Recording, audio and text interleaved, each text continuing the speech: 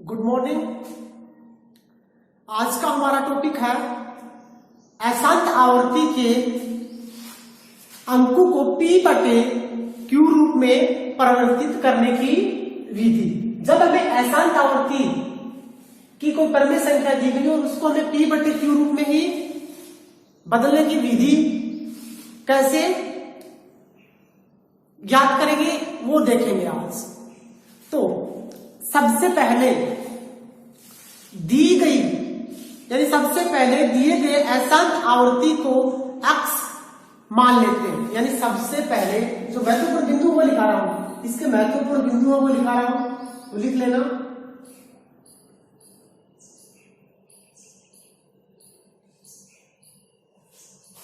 सबसे पहले अशांत आवर्ती को x मान लेते हैं। यानी सबसे पहले जो हमें अशांत आवर्ती दी गई है उसको हम क्या मान लेते हैं, x मान लेते हैं। सेकंड बिंदु, अब जितने अंकों की पुनरावृत्ति हो रही है, जितने अंकों की पुनरावृत्ति हो रही है, जैसे कि 0.333 यानी एक अंक की पुनरावृत्ति है, तो दोनों पक्षों में 10 की घात से गुणा करेंगे। सेकंड पॉइंट क्या है, यानी संख्या में जितने अंकों की पुनरावृत्ति हो रही है उतने ही 10 के घातांक के दोनों पक्षों में गुणा कर देंगे। यानी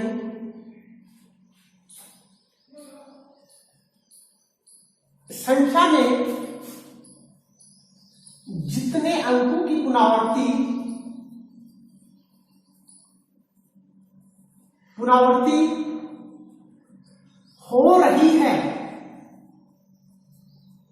है उतने ही 10 की घात को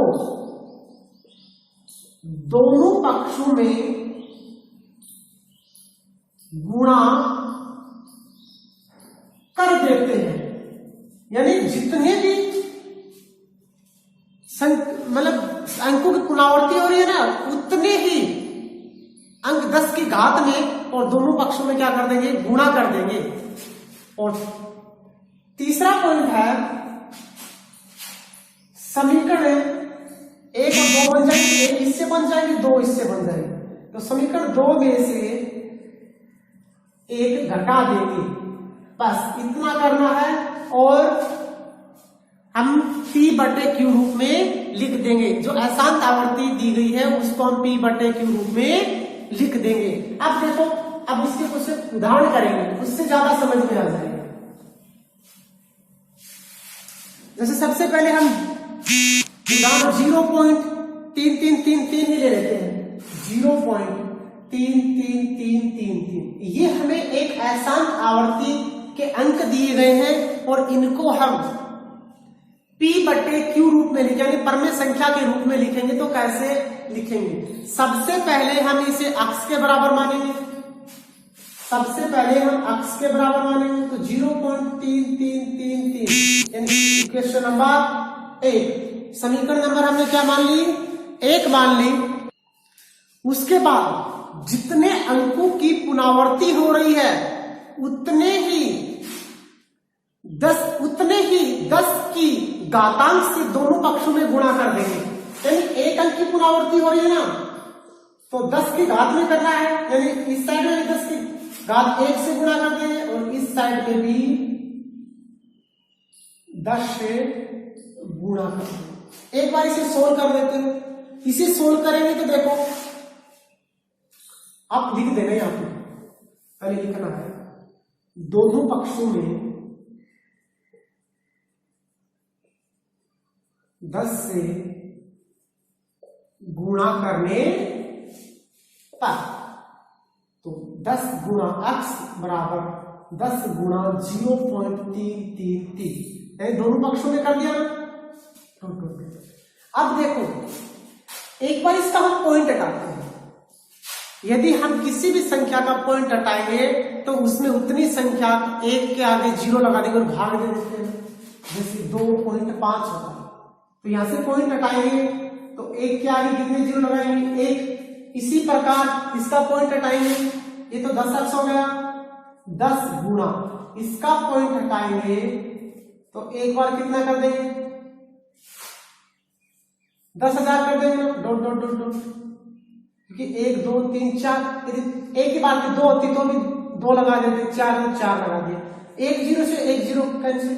अब 3 बचाना तो 3 संख्या पहले क्या लग जाएगा, पॉइंट लगा, 10x बराबर 3.333 डॉट डॉट डॉट डॉट। ये समीकरण नंबर 2, ये समीकरण नंबर 2, यानी समीकरण नंबर 1 तो ये थी।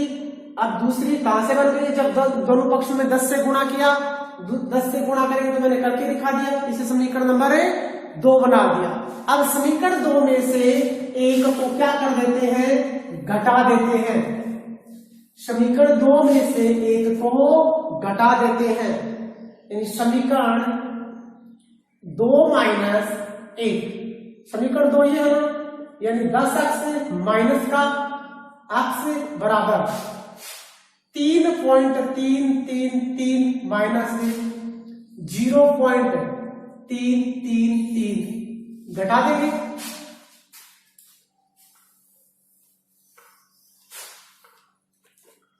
और 10x में से 1x जाएगा तो 9x बचेगा, और 3.333 में से जाएगा तो 3 ही बचेगा। कैसे देखो, 3.333 में से 0.333 घटाएंगे तो 0.003, यानी पॉइंट के बाद यदि जीरो उसकी कोई वैल्यू नहीं होती, तो यहाँ पे कितना बचा, 3, यहाँ से x का मान निकालेंगे तो 3/9, x बराबर 3 एकम 3 और 3 तिया 9, यानी हमने उस अशांत आवर्ती अंकों को परमेय संख्या के रूप में बदल दिया, यानी x का मान क्या गया, 1/3।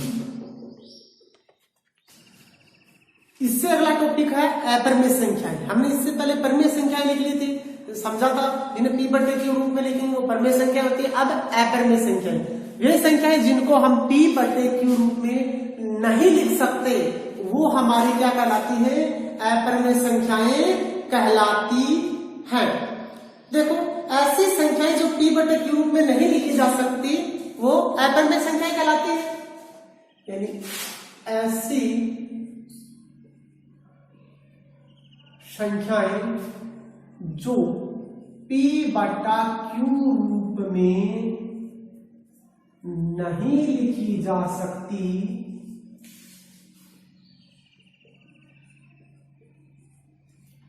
अपरिमेय संख्याएं कहलाती हैं, यानी ऐसी संख्याएं क्या कहलाती हैं, अपरिमेय संख्याएं कहलाती हैं। अब देखो, परिमेय संख्या को तो हमें पता है, जो p बटे q रूप में लिखी जाएंगी वो परिमेय संख्याएं होंगी। अब अपरिमेय जिनको हम p बटे q रूप में नहीं लिख सकते, जो p और q पूर्णांक है परंतु q नॉट इक्वल टू 0, अपरिमेय संख्याएं कहलाती हैं। यहाँ p पूर्णांक होगा, q का मान 0 नहीं होगा, फिर भी वो क्या होगी, अपरिमेय संख्याएं होंगी। जैसे जो रूट वाली होती है ना, जो रूट वाली होती है और जिनका वर्ग नहीं होता, वो सभी क्या होंगी, अपरिमेय संख्या होंगी। जैसे 2, रूट 2 का कोई मान नहीं आता क्या, रूट 3 का कोई मान नहीं आता, रूट 5 का कोई मान नहीं आता, रूट 6। इसी प्रकार आप देख लेना, जैसे रूट 4 आ जाता तो 4 का मान तो कितना होता है, 2, और 2 क्या है, परिमेय ना। तो अगला आपको फंसाने के लिए क्वेश्चन क्या पूछ सकता है, क्या रूट 4 एक अपरिमेय संख्या है। और मैंने क्या होता है, जिनको रूट लगा होता है ना, जिनकी रूट लगा होता है वो अपरिमेय संख्याएं कहलाती है। अब देखो, रूट तो इसके ऊपर भी है, परंतु कंडीशन होती है, जो संख्या अंदर है ना वो किसी की वर्ग नहीं होनी चाहिए, है ना। तो 2 की वर्ग है कितनी, 4, है ना, तो किसी की वर्ग नहीं होनी चाहिए, तो 4 तो वर्ग है किसकी, 2 की, तो इसलिए इसका मान कितना आया, 2 आया। तो इस प्रकार की संख्याएं क्या कहलाएंगी, अपरिमेय संख्याएं कहलाएंगी, और अनावर्ती की संख्याएं कहलाएंगी। यानी इनका मान रिपीट नहीं होगा, यानी अनावर्ती की संख्याएं कहलाएंगी। जैसे √2 का मान है, देखना, जैसे √2 का मान क्या है? √2 का मान है 1.414235 चलता जाएगा, यानी नॉट रिपीटिंग, यानी कोई भी शब्द दोबारा रिपीट नहीं होगा, वो चलता ही जाएगा, चलता, यानी अनावर्ती, जिसकी कोई आवृत्ति ही नहीं है। और एक √3 का मान कितना दिया गया है? वो दिया गया है 1.7320508007। कोई भी अंक रिपीट नहीं हो रहा ना, तो इस प्रकार की जो संख्याएं होंगी वो अपरिमेय संख्याएं होंगी। और परिमेय संख्याओं के बारे में हमने पहले याद कर लिया कि परिमेय संख्याएं कौन सी होंगी। अब हमने देखा अपरिमेय संख्याएं कौन सी होंगी। अब अपरिमेय संख्याओं के कुछ महत्वपूर्ण बिंदु, अपरिमेय संख्याओं के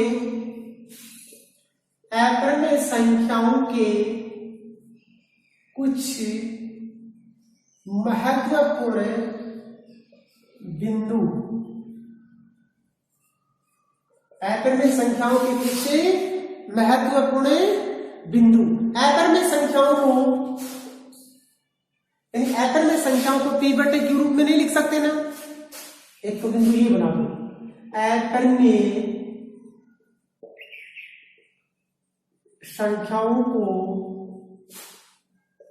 p/q रूप में नहीं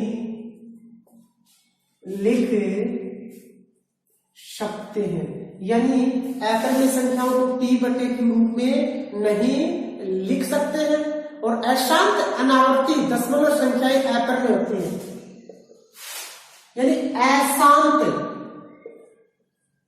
देखो परिमेय संख्या में हमने दो प्रकार का प्रसार पढ़ा था, एक तो शांत और एक अशांत। अशांत दशमलव प्रसार पढ़ा था, उसमें क्या हो रहा था कि एक अंक की पुनरावृत्ति हो रही थी। जैसे हमने 1 में 3 का भाग दिया तो 0.333333 इस प्रकार क्या हो रही थी, पुनरावृत्ति हो रही थी ना। और यहां पे क्या होगी, अशांत और पुनरावृत्ति नहीं होगी, अनावर्ती होगी, यानी उनकी पुनरावृत्ति नहीं होगी बल्कि क्या होगी, अनावर्ती होगी। तो वो दशमलव संख्याएं अपरिमेय होगी। अशांत, अनावर्ती, अशांत अनावर्ती संख्याएं अपरिमेय होंगी।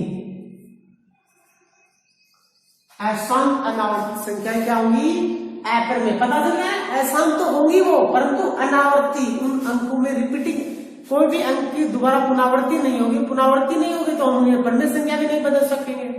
यदि पुनरावृत्ति हो रही है तो उनको हम परिमेय संख्या में बदल सकते हैं। कैसे? दोनों साइड में उतनी संख्या का गुणा कर देते, 10 की घात में क्या कर देते हैं, गुणा कर देते हैं ना। और जब वो क्या होगी, अनावर्ती, यानी कोई अंक की पुनरावृत्ति नहीं होती, हम किससे गुणा करेंगे, गुणा नहीं कर पाएंगे, तो वो क्या हो जाएंगी, अपरिमेय संख्याएं हो जाएंगी। और तीसरा पॉइंट दिया गया इसमें, दो संख्याओं के बीच अपरिमेय संख्याओं की संख्या अनंत होती है। दो संख्याओं के बीच, दो संख्याओं के बीच अपरिमेय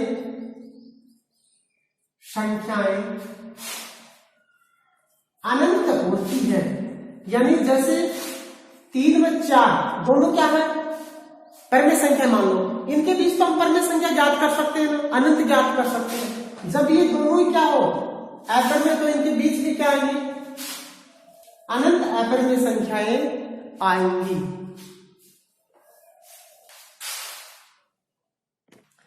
चौथा पॉइंट दिया गया है, यदि कोई धन पूर्णांक किसी संख्या का पूर्ण वर्ग नहीं है, यदि कोई धन पूर्णांक, धन का मतलब प्लस वाला, यदि कोई धन पूर्णांक पूर्ण वर्ग संख्या नहीं है तो उस धन पूर्णांक का वर्गमूल सदैव एक अपरिमेय संख्या होगी। यानी समझा दूंगा, पहले पॉइंट लिख लेना। यदि कोई धन पूर्णांक किसी संख्या का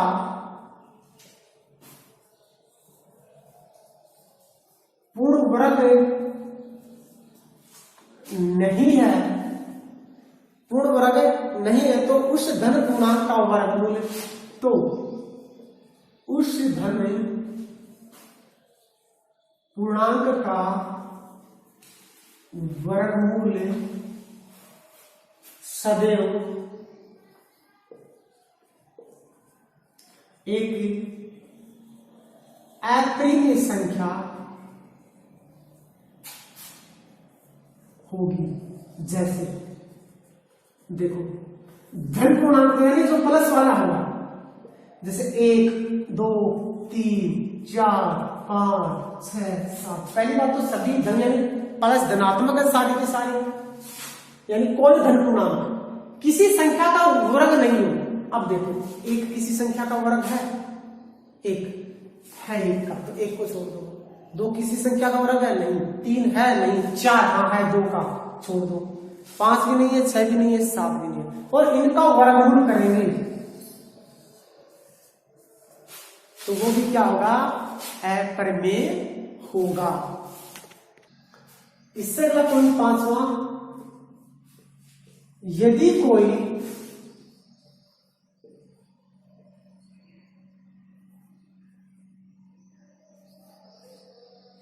धन पूर्णांक किसी संख्या का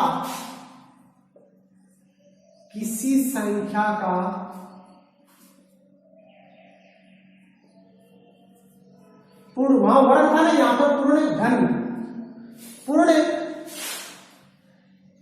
धन नहीं है, पूर्ण धन नहीं है, तो उस धन पूर्णांक का घनमूल सदैव, तो उस धन पूर्णांक का घनमूल सदैव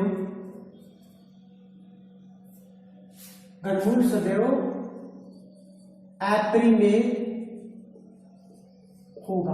अब देखो फिर से 1 2 3 4 5 6 7 8। क्या करना है इनका घन मूल ज्ञात करना है। यहां लगा,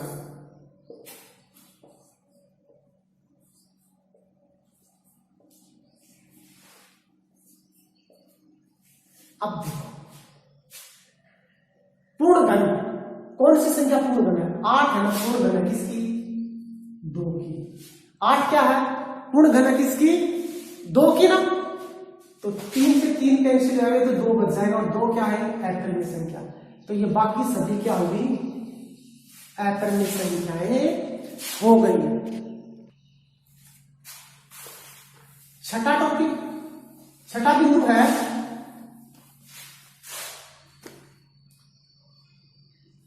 छठा, यदि x एक अप्रिय संख्या है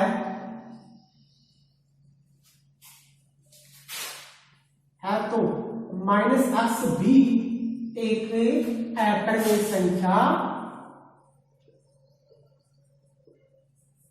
होगी। जैसे √5 एक अप्रिय संख्या, तो -√5 भी क्या होगी, एक अप्रिय संख्या ही होगी। बस आज के लिए इतना ही। कल हम एक्सरसाइज 1.1 करेंगे, तो आपको पहले जितनी भी हमने पीछे बिंदु ज्ञात किए वो सभी के सभी याद होने चाहिए, और याद होंगे तो हम इस एक्सरसाइज को आसानी से पूरा कर सकते हैं।